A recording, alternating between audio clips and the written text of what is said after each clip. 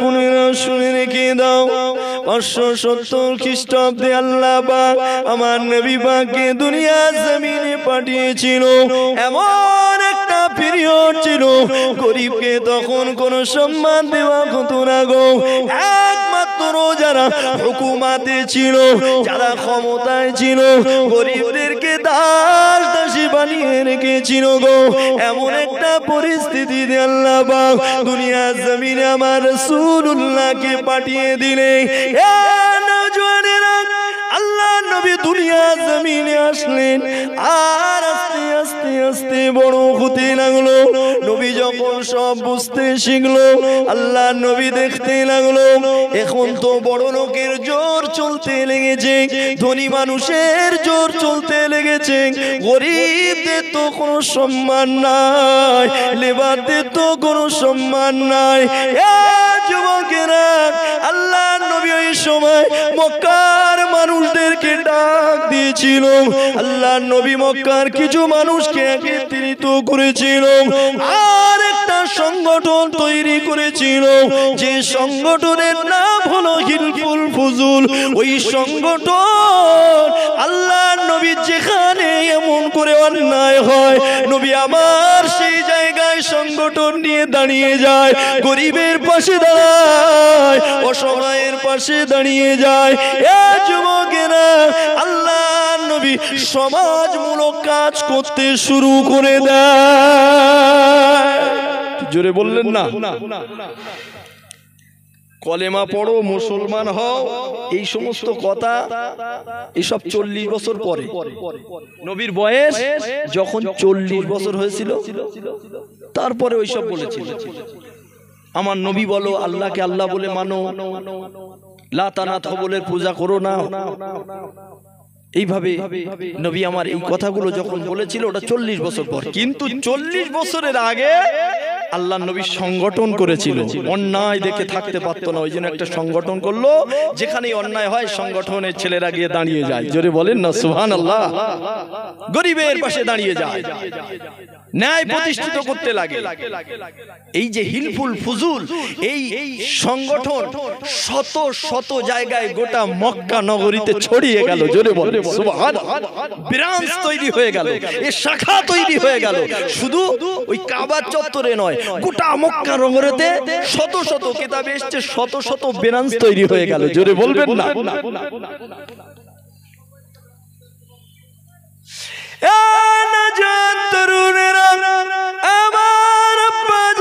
শুনে রেখে দাও, এমন সময় দেখতে পাওয়া গেল আমার রাসূলুল্লাহর বয়সটা 40 বছর যখন হতে লাগলো। যুবকেরা, এই 40 বছর বয়স পর্যন্ত আমার রাসূলুল্লাহকে মক্কার মানুষগুলো কত ভালোবাসতো। মক্কার মানুষগুলো আমার রাসূলুল্লাহকে কত প্রেম করতো গো।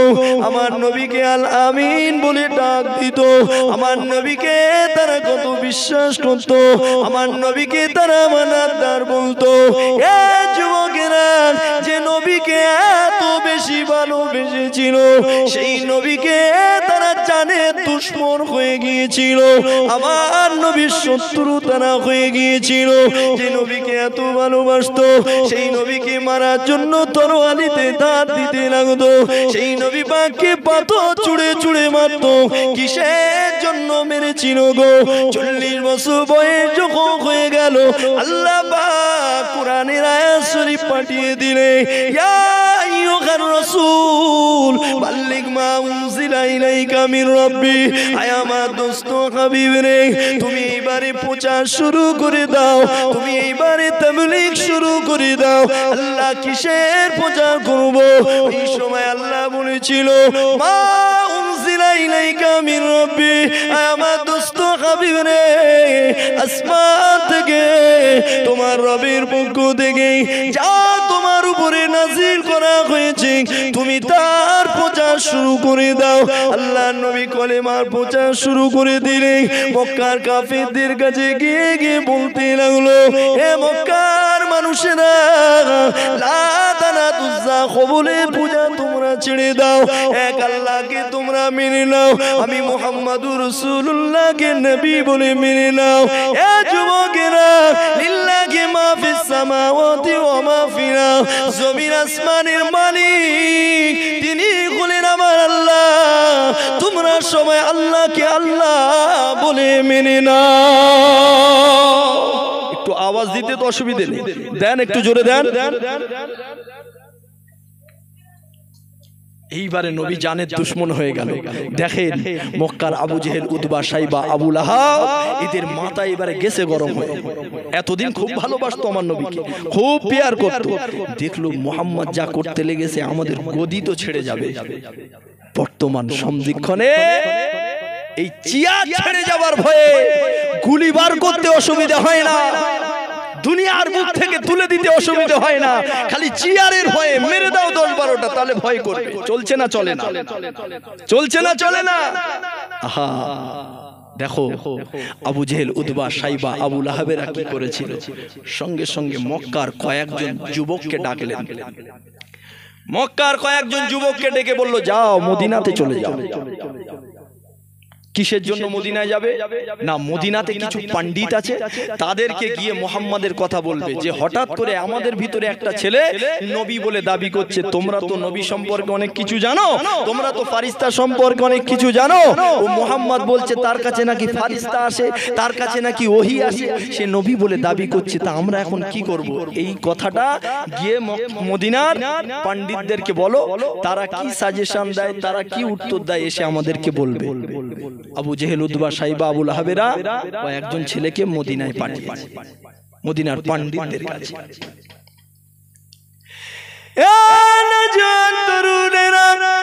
আমার আব্বা জানেনা, মায়েরা, বোনেরা শুনে রেখে দাও, এমন সময় মক্কা মানুষগুলো মদিনাতে চলে গেল। মদিনার কিছু পণ্ডিতদেরকে তারা ডাক দিল, আর এমন করে নবী মুহাম্মদুর রাসূলুল্লাহর কথা বলতে লাগলো। ও মদিনা পণ্ডিতেরা, আমাদের ওখানে একটা ছেলে মুহাম্মদ তার নাম, হঠাৎ করে সে নবী বলে দাবি করতে লেগেছে। 40 বছর পর্যন্ত ঠিক ছিল, তার কথাবার্তা, তার আখলাক, তার ক্যারেক্টার, তার লাইফ স্টাইল খুব সুন্দর ছিল। হঠাৎ করে সে আমাদেরকে পূজা করতে মানা করে, লাত আনাত উজ্জাকে ছেড়ে দিতে বলে, হঠাৎ করে সে আল্লাহর কথা বলে, হঠাৎ করে সে একটা ধর্মের কথা বলে, আর সে নবী বলে দাবি করতে লাগে। কি করব আপনারা একটু আমাদেরকে বলে দেন। ওই সময় মদিনার পণ্ডিত গুলো কি বলেছিল, এ মক্কা ছেলেরা, যাও মক্কায় ফিরে যাও, আর মুহাম্মদকে ডাক দাও, মুহাম্মদকে 3টে প্রশ্ন করো, ওই 3টে প্রশ্নের জবাব যদি মুহাম্মদ দিয়ে দিতে পারে, নিশ্চয় মুহাম্মদ আল্লাহ পাকের নবী। জোরে বলেন না সুবহানাল্লাহ। কঠিন পরিস্থিতি তখন ছিল ভাই, বড় কঠিন পিরিয়ডের কথা আমি বলছি আপনাকে। গোটা পৃথিবীর মানুষ একটা প্ল্যাটফর্মে, আর আমার রাসূল আর একটা আলাদা প্ল্যাটফর্মে দাঁড়িয়ে ডাকছে, আয়। কঠিন না, কঠিন না? হ্যাঁ, আল্লাহু আকবার। যদি নবীর ডাকে কেউ সাড়া দিত, মক্কার বেঈমানগুলো জানতে পারলে যত রকম কষ্ট দেওয়া যায় তাকে দিয়ে দিত। তাই তো রাসূল বলতো, তোমরা কাউকে বলো না, লুকিয়ে থাকো, লুকিয়ে লুকিয়ে আল্লাহর ইবাদত করো, এখন প্রকাশ হয়েও না। তোমাদের যদি জানতে পেরে যায় ওরা, বেঈমানেরা তোমাদের কষ্ট দেবে। এরকম একটা পরিস্থিতি ছিল। এখন আমি আপনি যত নামাজ পড়বো, আল্লাহ সম্মান তত বৃদ্ধি করে দেবে। আর দাড়ি রাখলে, লম্বা জামা পড়লে, আমাদের ঘরের ছেলেরা যতই খারাপ হোক না কেন, হুজুর দেখলে সম্মান করে। কথা ঠিক না বেটি? বলো, যদি সিগারেট খায়, এই হুজুর এসছে, তাড়াতাড়ি করে পিছনে হাতটা নুকিয়ে দেয়। এ যুবক শুনে রাখো, এই পরিস্থিতি ছিল না গো, এই অবস্থা ছিল না গো, এ তো আমার রাসূলুল্লাহ দাঁত ভাঙার বদৌলতে পেয়েছি। আজ আমরা উচ্চ আওয়াজে আজান দিয়ে নামাজ আদায় করতে পারি। জোরে বলেন সুবহানাল্লাহ। তো সহজ নয়।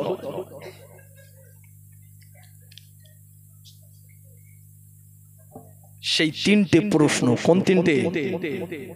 মদিনার পণ্ডিত গুলো শিখিয়ে দিল, যাও মুহাম্মদকে গিয়ে তিনটে প্রশ্ন করো, উত্তর যদি পেয়ে যাও নিঃসন্দেহে মুহাম্মদ আল্লাহর রাসূল। জোরে বলেন সুবহানাল্লাহ। প্রথম নম্বরে বলো আসহাব কাহাফ সম্পর্কে কি জানো? দ্বিতীয় নম্বরে বলো যুলকারনাইন সম্পর্কে কি জানো? কার নাম, সে কে ছিল, কোন যুগের মানুষ, বিস্তারিত জানতে চাও।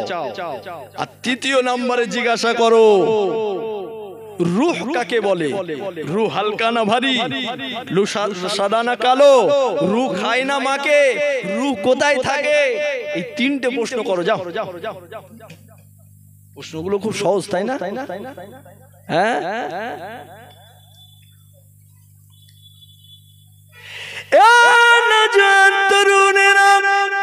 আমার বাপেরা নওজওয়ানেরা আপনারা শুনে রেখে দাও, মদিনার জমিন থেকে ওই সমস্ত ছেলেগুলো এমন করে মক্কার জমিনে ফিরে আসলো। আবু জেহেল, উতবা, সাইবা, আবু লাহাবদেরকে ডাক দিল, মক্কার কাফেরদেরকে ডাক দিল। মক্কার অনেক মানুষ একত্রিত হলো, আর তারা বলতে লাগলো মদিনার পণ্ডিত গুলো আমাদেরকে শিখিয়ে দিয়েছে, যাও তিনটে প্রশ্ন করবে, ওই তিনটে প্রশ্নের জবাব আল্লাহ নবী যদি দিয়ে দিতে পারে নিশ্চয় তিনি নবী রাসূল মেনে নেবে। এমন করে আবু জেহেলকে বলা হলো। প্রথম নম্বরে প্রশ্ন হলো এমন করে আসহাব কাহাফ কার নাম? এইভাবে তিনটে প্রশ্নের কথা বলা হলো। আল্লাহ নবীকে ডাক দেওয়া হলো। শত শত বেঈমান দাঁড়িয়ে রয়েছে, আজ মুহাম্মদকে টেস্ট করা হবে, আজ মুহাম্মাদের পরীক্ষা হবে। মুহাম্মদ যদি জবাব দিয়ে দিতে পারে তাহলে নিশ্চয় মুহাম্মদ আল্লাহর নবী, এটা তার প্রমাণ হয়ে যাবে। শত শত বেঈমান দাঁড়িয়ে আছে, আল্লাহর নবীকে ডাক দেওয়া হলো। আল্লাহর নবী সেখানে হাজির হলো। এইবারে আবু জেহেলরা বলতে লাগলো মুহাম্মদ তিনটে প্রশ্ন করব, এই তিনটে প্রশ্নের জবাব যদি তুমি দিতে পারো আজ থেকে আমরা ইমানে নূরে কালেমা পড়ে মুসলমান হয়ে যাব। এ যুবকেরা, আবু জেহেল তো এরকম কথা অনেকবার বলেছিল। জেনে রেখে দাও আল্লাহর কুদরতি কামিলা যে যত বেশি দেখবে তার ইমানে পাওয়ার বেড়ে যাবে, তার ইমানি ক্ষমতা বেড়ে যাবে, তার ইমানে নূর আসবে। কিন্তু জেনে রাখো যার কলিজাতে আল্লাহ পাতো এমন করে মোহর লাগিয়ে দেবে, যতই বড় বড় কথা, যতই জাহান্নামের আযাবের কথা শোনাও না কেন, আল্লাহর কুদরতি কামিলার কথা যতই শোনাও না কেন, জেনে রেখে দাও ওই ব্যক্তিটি ইমানের কালেমা পড়তে পারবে না। আব্দুল মুতালিব যখন চলে যায় ওই সময় আবু তালিবকে ডেকে বলেছিল, এ আবু তালিব রে, মুহাম্মদকে তোর হাতে দিয়ে গেলাম, মুহাম্মদকে দেখভাল করবি, মুহাম্মদকে দেখে রাখবে। আবু তালিব বলেছিল আব্বা যা, ঠিক আছে দেখে রাখবো। সারাটা জীবন আবু তালিব আমার রাসূলুল্লাহকে গার্ড করে রেখেছিল। আবু তালিবের গম্ভীর যে আমার রাসূলুল্লাহর কাছাকাছি এসে কেউ আমার নবীকে আঘাত করতে পারিনি। একটু জোরে বলেন না সুবহানাল্লাহ। সেই আবু তালেব ঈমান এনেছিল ভাই, সারা জীবন নবীকে গার্ড করলো, নবীর পিছনে অনেক ত্যাগ স্বীকার করলো, সেই আবু তালিব ঈমান আনতে পারলো না। যখন ইন্তেকাল হয়ে যাচ্ছে, আবু তালিবের ইন্তেকাল হচ্ছে, নবী সেই সময় কানের কাছে গিয়ে বলছেন, চাচা চাচা গো, একবার আমার কানে কানে খালি পড়ে দাও লা ইলাহা ইল্লাল্লাহ মুহাম্মাদুর রাসূলুল্লাহ সাল্লাল্লাহু আলাইহি ওয়াসাল্লাম, এই কলেমাটা খালি একবার পড়ে দেন, আমি খালি শুনে নিই, কিয়ামতের ময়দানে জান্নাতের সার্টিফিকেট আমি বার করে নেব। জোরে বলেন সুবহানাল্লাহ। একটু জোরে বলতে পারলেন না? কি সুযোগ বলেন। নবী বলছে আমি জান্নাতের সার্টিফিকেট আল্লাহর কাছ থেকে ঠিক বার করে নেব, খালি একবার তুমি বলো আল্লাহ এক আর মুহাম্মদ আল্লাহ পাকের রাসূল, আল্লাহ পাকের পয়গম্বর ও বান্দা। জোরে বলেন সুবহানাল্লাহ। এই কথা একবার বললেই আবু তালিব জান্নাতি হয়ে যেত। হতো না? নবী যখন চেষ্টা করছে বারবার, চাচা একবার বলো, চলে যাবার সময় অন্তিম লগ্নে চাচা আপনি বেঁচে যাবেন। নবী এমন করছে, আল্লাহ সঙ্গে সঙ্গে জিবরাইলকে পাঠিয়ে বলে দিল, আমার হাবিবকে গিয়ে বলো হেদায়েতের মালিক কি আমার হাবিব নাকি? হ্যাঁ, আমার হাবিব যতই চেষ্টা করুক আবু তালিব ঈমান আনবে না। মোহর লাগিয়ে দেওয়া হয়েছে, কলিজাতে মোহর লাগিয়ে দেওয়া হয়েছে। আমার হাবিবের যে কাজ সেই কাজ করতে বলো, খালি দাওয়াত দিতে বলো, কে নেবে আর কে নেবে না ও বোঝা পড়ে তো আমি আল্লাহ করবো। জোরে বলেন সুবহানাল্লাহ। যার কলিজায় মোহর লেগে যাবে, যতই কুদরতি কামেলা দেখাও। আবু জেহেল কম কুদরতি কামেলা দেখেছিল কিন্তু ঈমান নসিব হলো না। আর আবু বকর কোনো কিছুই দেখতে চাইলেন না, শুধু নবী বলল, আবু বকর আর কতদিন দুনিয়ার পিছনে ছুটবে, আর কতদিন ওই লাতানাত উজ্জার পূজা করবে? এখনো কি সত্য মিথ্যা বোঝার সময় আসেনি? এমন আমাকে তুমি নবী বলে মেনে নাও, এক আল্লাহকে আল্লাহ বলে মেনে নাও। আবু বকর সঙ্গে সঙ্গে হাত দুটো বাড়িয়ে দিয়ে ঈমানের নূরে কালেমা পড়ে মুসলমান হলো। জোরে বলেন সুবহানাল্লাহ, একটু জোরে বলেন না সুবহানাল্লাহ। এ নওজোয়ান তরুণেরা, আমার আব্বা জানেরা, কিন্তু আবু জেহেলকে আমার নবী কত চেষ্টা করলো, কখনো চাঁদ টুকরো করলো, আবার কখনো বা গাছকে ডেকে নিজের কাছে আনলো, আবার কখনো আমার নবী আবু জেহেলকে কুয়া থেকে তুলেছিল, কুয়া করেছিল নবীর জন্য। ওই কুয়াতে আল্লাহ আবু জেহেলকে ফেলে দিয়েছিল, দুনিয়ার রশিগুলো নামানো হয় কিন্তু আবু জেহেল হাত পায় না। যত রশি নামানো হয় ওই কুয়াটা তত গভীর হয়ে যায়। এমন সময় কুয়ার ভিতর থেকে আওয়াজ দিতে লাগলো, আবু জেহেল এই কুয়াটা আমি মুহাম্মাদের জন্য খুঁড়েছিলাম, মুহাম্মাদকে ডেকে নিয়ে এসো, না তো দুনিয়ার রশি কোনো কাজ হবে না, দুনিয়ার রশি শর্ট পড়ে যাবে। আল্লাহ নবীকে ডাক দেওয়া হলো, নবী আমার সেখানে আসলো। আবু জেহেল কুয়ার ভিতর থেকে আওয়াজ দিল, মুহাম্মদ আজ যদি তুমি আমাকে এই কুয়া থেকে তুলে দাও, আমি তোমাকে কথা দিলাম আমি ওটা মাত্র তোমার হাত দুটো ধরে ঈমানে নূরে কালেমা পড়ে মুসলমান হয়ে যাব। এ নওজোয়ানেরা, আল্লাহ নবী কোনো রশি লাগলো না, আমার নবী শুধু নূরে হাতটা বাড়িয়ে দিল, আবু জেহেল হাত পেয়ে গেল, আমার নবী এইভাবে তুলে দিল। এ যুবকেরা, ওই আবু জেহেল তো সঙ্গে সঙ্গে ঈমান আনার দরকার ছিল, কিন্তু আবু জেহেল কি বলেছিল, মুহাম্মদ রে, এমন করে ফেরাউনের দরবারে অনেক বড় বড় জাদুকর ছিল, কিন্তু আমি দেখছি সেই জাদুকরের থেকেও বড় জাদুকর মুহাম্মদ তুমি হয়ে গেছো। বলেন নাউজুবিল্লাহ, জোরে বলেন নাউজুবিল্লাহ। ঈমান আনা তো দূরের কথা, সেই ফেরাউনের দরবারে টেনে গেছে, সেখানে বড় বড় সব জাদুকর থাকতো, তুমি তো তাদের উপরে চলে গেছো, দুনিয়ার রশি শর্ট পড়ে যাচ্ছে, তুমি হাত দিয়ে তুলে ফেলেছো। কি বুঝলে? আমার নবীর গম্ভীর্য, আমার নবীর দাম্ভির্য আল্লাহ অনেক দিয়েছিল। 30টা পুরুষের গায়ে যত ক্ষমতা আল্লাহ পাক আমার নবীকে একা তার থেকে অনেক বেশি দিয়েছিল। জোরে বলেন সুবহানাল্লাহ। সাহাবাদের কখনো শুলে চড়ানো হচ্ছে, কখনো পায়ে দড়ি বেঁধে টেনে নিয়ে যাওয়া হচ্ছে, কিন্তু আমার রাসূলকে কোনো সময় তেমন করতে পারলো না। পেরেছিল? একটা কথা বলি, শুনবেন তো?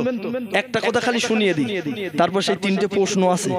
ওয়াজ করলে ভাই চলতে থাকবে আর শুনতেও ইচ্ছা হবে, যত গভীরে যাবে তত ভালো লাগবে, তত জ্ঞান অর্জন হবে ইনশাআল্লাহ। বলেন ইনশাআল্লাহ। মক্কাতে ওই পিরিয়ডে কোনো ব্যাংক ট্যাঙ্ক ছিল না, জানেন? মক্কার মানুষেরা বিশ্বস্ত মানুষ দেখে গিয়ে টাকা পয়সা ধন দৌলত গিয়ে জমা রেখে দিত, ভাই তুমি রেখে দাও। তো অনেক মক্কার কাফেররা আমার রাসূলের কাছে রেখে যেত। মক্কার একজন ব্যক্তি, সে তার মাল মাত্রা নিয়ে, কিছু ধনসম্পদ নিয়ে, টাকা পয়সা নিয়ে, সোনা গয়না নিয়ে, সে একজনকে চয়েস করেছে। কাকে জানেন? আবু জেহেল। হাসি লাগে না? আবু জেহেলকে চয়েস করেছে। আবু জেহেলের কাছে কি বলছে, এই মালগুলো আমার রেখে দাও, আমি আবার দরকার পড়লে লোহানি। একেবারে কুমিরির কাছে ছাগল পোষানি। এটা তোমার একটা, এটা তোমার দোক্কা। গল্প মনে পড়ছে? হ্যাঁ, ছাগলের বাচ্চাগুলো একটা করে খেয়ে নিচ্ছে প্রত্যেকদিন, আর একটা বাচ্চা ডবল করে দেখাচ্ছে, এটা তোমার একটা, এটা তোমার দোক্কা। জি, তো সে আবু জেহেলের চয়েস করে আবু জেহেলের কাছে দিয়েছে। এইবারে যখন মাল দরকার পড়েছে, আবু জেহেলের কাছে গিয়েছে, ভাই আমার মালগুলো দাও, আমার দরকার পড়েছে। ও মাল দেওয়া বাদ দিয়ে তারিখ দিয়েছে। বুঝতে পারেননি? তারিখ মেরেছে, তারিখ অমুক তারিখে এসো। আরে অমুক তারিখ কিসের? তোর কাছে আমানত দিয়েছে, যেই গেছে সেই ফেরত দিবি। লা ঈমান আল্লাহ আমানাত লাহু। কোন মুসলমান যদি আমানতের খেয়ানত করে, আল্লাহর রাসূল বলছে সে ঈমানদার নয়। কিন্তু আবু জেহেলের তো ঈমান নেই। তোমার চয়েস করাটাই প্রথম ভুল হয়েছে, তাই তো? তোমার চয়েস করাটাই প্রথম ভুল হয়েছে। আর কারোর চয়েস হলো না, আবু জেহেল একবার সেরে মালটা চয়েস হলো। যখনই মালটা চাইতে যায়, আবু জেহেল খালি তারিখ দেয়। হেঁটে হেঁটে জুতো খইতে লেগেছে, মাল আর ফেরত আসে না। একদিন সে খুব রেগে গেছে, বলে না এইভাবে হবে না, মুহাম্মাদের কাছে যেতে হবে। জোরে বলে, একটু জোরে বলে। নবীর গাম্ভীর্য ছিল না? ছিল না? তবেই তো তার নবীর কথা মনে পড়লো। অবশ্যই ছিল। ওই ব্যক্তি আমার নবীর কাছে গেল, গিয়ে বলছে, মুহাম্মদ আমার একটা উপকার করতে হবে। সাল্লাল্লাহু আলাইহি ওয়াসাল্লাম, মুহাম্মদ আমার একটা উপকার করতে হবে। নবী বলে, আমি তো রাহমাতুল লিল আলামিন, আমি তো तमाम সৃষ্টির উপকার করতে এসেছি, রহমত স্বরূপ। তা আমি তোমার জন্য রহমত স্বরূপ, বলো তোমার কি উপকার করতে হবে। বলে, জানেন আবু জেহেলের কাছে অনেকটা মাল সম্পদ রেখে এসেছিলাম, কিন্তু চাইতে যাচ্ছি আর দিচ্ছে না, খালি আমাকে তারিখ দিচ্ছে। নবী ওই পাওনাদারের হাতটা ধরলেন, চলো আমার সঙ্গে, চলো আমার সঙ্গে। যাচ্ছে, যেতে যেতে আবু জেহেলের বাড়ির সামনে। এবার আবু জেহেলের সামনাসামনি হয়ে গেছে, পাওনাদারের হাত নবী ধরে রেখেছে। এখানে আর বুঝতে বাকি আছে মুহাম্মদ কেন এসেছে? বুঝতে বাকি আছে যে বারবার একা একা হাঁটছিল, এবার মুহাম্মদকে সঙ্গে নিয়ে এসেছে। দেখতে পাওয়া গেল আবু জেহেল ছুটে ঘরের ভিতরে গিয়ে মাল সাবানগুলো এক জায়গায় করে আমার নবীর সামনে ওই ব্যক্তির হাতে ধরিয়ে দিয়েছে। জোরে বলেন সুবহানাল্লাহ। কিতাবে আছে নবী একবারও একটা কথাও বলেনি, খালি হাতটা ধরে চুপ করে দাঁড়িয়েছিল। বলিনি আবু জেহেল কেন এটা করছো, যাও মাল নিয়ে এসো, এটা ঠিক হচ্ছে না। আমরা যেন বলি আর কি, কারুর হয়ে কিছু বলতে গেলে বলি না। কিতাবে আছে নবী কিচ্ছু বলেনি, খালি হাতটা ধরে চুপ করে দাঁড়িয়ে আছে। দেখা গেল শর্ট করে আবু জেহেল চলে গেছে, গিয়ে মাল সাবানগুলো এনে নবীর সামনে ওই ব্যক্তির হাতে দিয়ে দিয়েছে। এর চোখ তো কপালে উঠে গেছে। কার? পাওনাদারের। আরে আমি এতদিন হেঁটে হেঁটে আবু জেহেল মাল দেয় না, মাল দেয় না, মুহাম্মদকে আনলাম, মুহাম্মদ তো কিছুই বললো না। আবু জেহেল এত তাড়াতাড়ি ভালো হয়ে গেল, এত কি ব্যাপার? মাল সামান সব ফেরত দিয়ে দিল। তা যাই বা হোক, নবীকে নিয়ে আবার ফিরে যাচ্ছে। নবী নবীর জায়গায়, ও বাড়ি যাওয়া তো দূরের কথা, নবীকে ছেড়ে দিয়েছে, নবী নবীর জায়গায় চলে গেছে। ও তো এবার বাড়ি যাবে। ও বাড়ি না গিয়ে ব্যাক মেরে, ইউটার্ন মেরে কোথায়? আবু জেহেলের কাছে যাবে, চোরে চোরে মাছ তুতে। ভাই বুঝতে পারেন না আবু জেহেল কেন এত ভালো হলো, আজকে আমার জানতেই হবে। আবু জেহেলের বাড়ি চলে গেছে।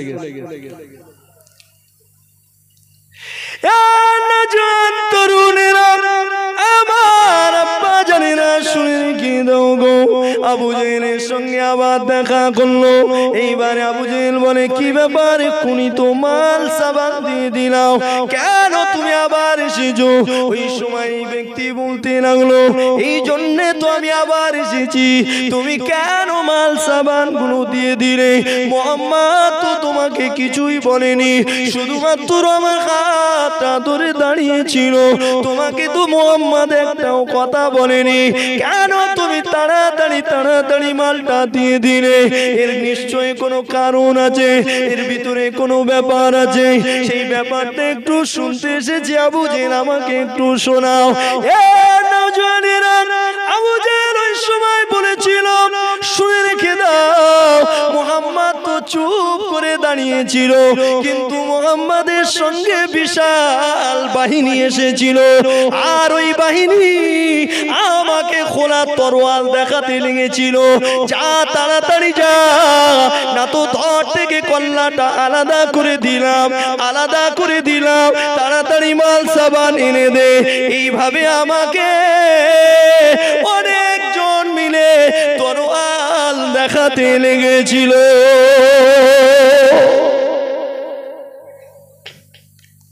বুঝতে পারলে? যাই বাহু, আমার রাসূলুল্লাহ নামাজ পড়তে যাবে কাবার সামনে, বেঈমানেরা বলছে, আলোচনা করছে, মুহাম্মদ গেলেই নামাজ পড়লেই ওর গলায় পা দেবো, মুখটা একেবারে হিচড়ে দেবো, আর দম বন্ধ করে মেরে দেবো। বলেন নাউজুবিল্লাহ। নবী সাহাবা শুনতে পেয়েছে, দৌড়ে চলে এসেছে যে হুজুর নামাজ পড়তে যাবেন না? কেন যাব না? বলছে গেলে এই অবস্থা হবে, আমি এক্ষুনি শুনে এসেছি, বেঈমানেরা আলোচনা করছে। নবী বলল, সাহাবা চিন্তা করো না, আমি নামাজ পড়বো, আমার গলায় পা দেবে? এত বড় সাহস! আমাকে সৃষ্টি না করলে কিছুই সৃষ্টি হতো না, আর আমি সেজদায় থাকবো, আমার গলায় পা দেবে? জেনে রাখো, ফেরেশতা রেডি হয়ে আছে আমার গলায় পা দেওয়ার আগে, ও ধরে আর কল্লা থাকবে না। জোরে হবে না? একটু জোরে হবে না?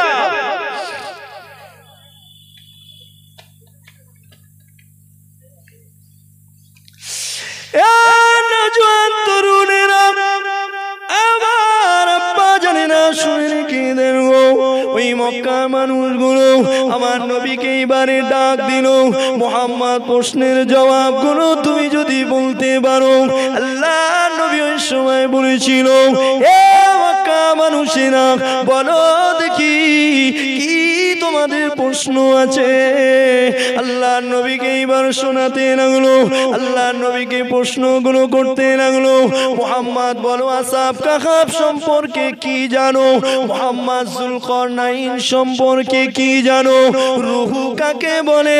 তিনটে প্রশ্ন আল্লাহ নবীকে যখন করা হলো, এবারে নবী আমার মক্কার মানুষকে বলতে লাগলো, এ মক্কা মানুষেরা, আমি মুহাম্মদ নিজের থেকে কোনো কথা বলি না রে, যাও আজ আমি প্রশ্নের জবাবটা দেবো না, তবে আগামীকাল তোমাদের এই প্রশ্নের জবাবটা দিয়ে দেবো। আপনাদের সুবহানাল্লাহ বলতে কষ্ট হচ্ছে বলেন? টাইমও প্রায় শেষের দিকে, দোয়া করতে থাক, দোয়া করবে। আমি খালি চেল্লাও, মাইকের অবস্থায় আমাদের একটু ভালো মাইক লাগে, বুঝলেন না? তো এই যা মাইক এরম দুটো তিনটে হলি ব্যাস আমার ব্যবসা বন্ধ হয়ে যাবে। কথা বুঝতে পেরেছি? আমাদের তো সবাই বলে ব্যবসা, যাই বা ওটা তো কলিজার ব্যাপার, তাই না? তা যাই হোক, ওয়াজ করা বন্ধ হয়ে যাবে না? গলা খারাপ হলে আর কেউ নেবে? হ্যাঁ, এসছিলাম দোয়া করতে, ফুল দমে জলসা চলছে। হ্যাঁ, দোয়া করে দাও। আচ্ছা, আমার ভাই জানেন, হয়তো পুরো শেষ করতে পারবো না, তবে একটা শিক্ষা আপনাকে নিতে হবে। এতক্ষণ ধরে যত যা ওয়াজ করেছি, আমার ওয়াজগুলো আমি বলছি, ভাইয়ের ওয়াজগুলো সব নেন। জি, আমি এতক্ষণ যা ওয়াজ করি সব বাদ দেন, একটা শিক্ষা আপনাকে আমি দিয়ে দোয়া করে দেবো, ওইটা কিন্তু নিয়ে বাড়ি যেতে হবে, ওইটাকে রেখে যাওয়া যাবে। আচ্ছা বলেন, নবী যে বললো আমি আগামী কাল তোমাদের এই প্রশ্নের জবাব দিয়ে দেবো, এই কথাটা শরিয়াত অনুযায়ী বলা ঠিক হলো না ভুল হলো? বলেন বলেন বলেন। 15,000 20,000 দিয়ে সব মাল আনছে না, শুনছেন তো ঘন্টার পর ঘন্টা রাত জেগে জেগে, এই কথাটা ঠিক বলা হলো শরিয়াত অনুযায়ী না ভুল বলা হলো? বলেন, কে বলবেন না? আগামী কাল তোমাদের প্রশ্নের জবাব আমি বলে দেবো, এই কথাটা শরিয়াত অনুযায়ী ঠিক আছে? একজন বলতে পারবেন না? ঠিক আছে না? বলেন, কেউ যদি জানেন বলেন, কি বলতে ভুল করেছে আমার নবী, কোন জিনিসটা বলা হয়নি? ইনশাআল্লাহ নারে তাকবীর। আরেকটু জোরে হবে না নারে তাকবীর? নবী ভুল করেছে বলে আল্লাহ ছেড়ে দেবে? ছেড়ে দেবে? হ্যাঁ, ইনশাআল্লাহ বলা হলো না।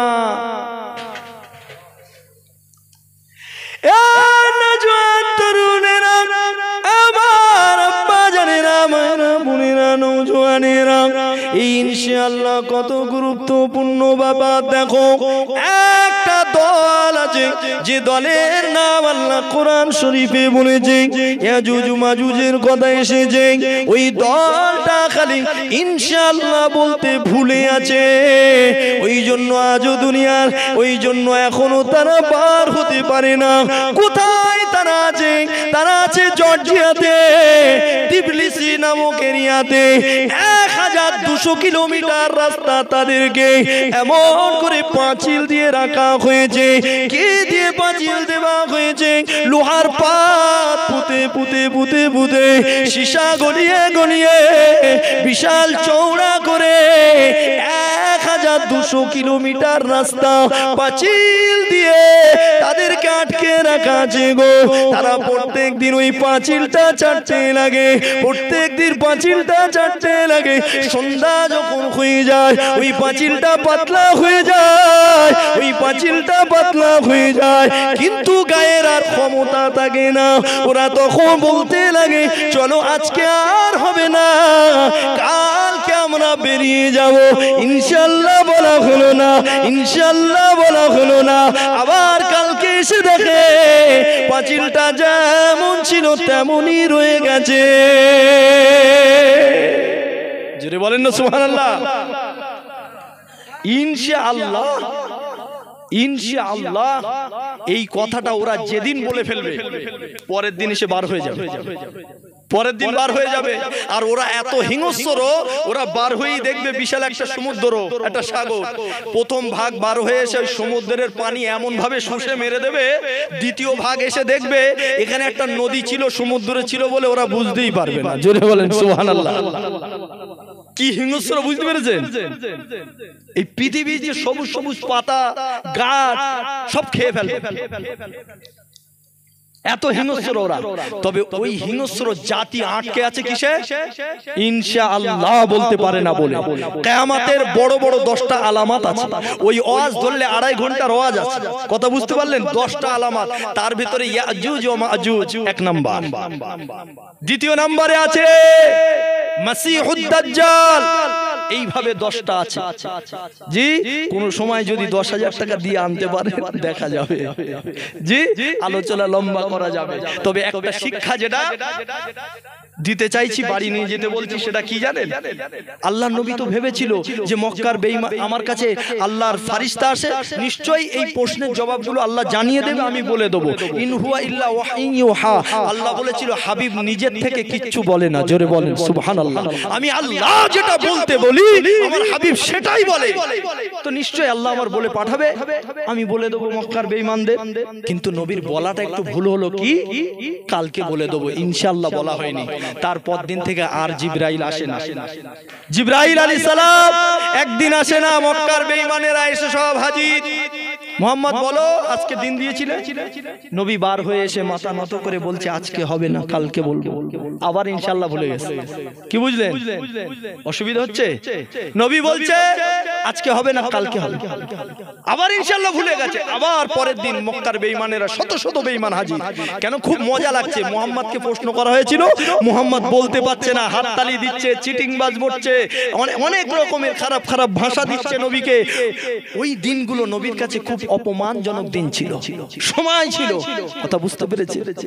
কদিন কদিন কদিন, দীর্ঘ 15 দিন, 2 সপ্তাহ আল্লাহ জিবরাইলকে পাঠায় না। আর মক্কার বেঈমানগুলো দলে দলে প্রত্যেক দিন নবীর কাছে আসে।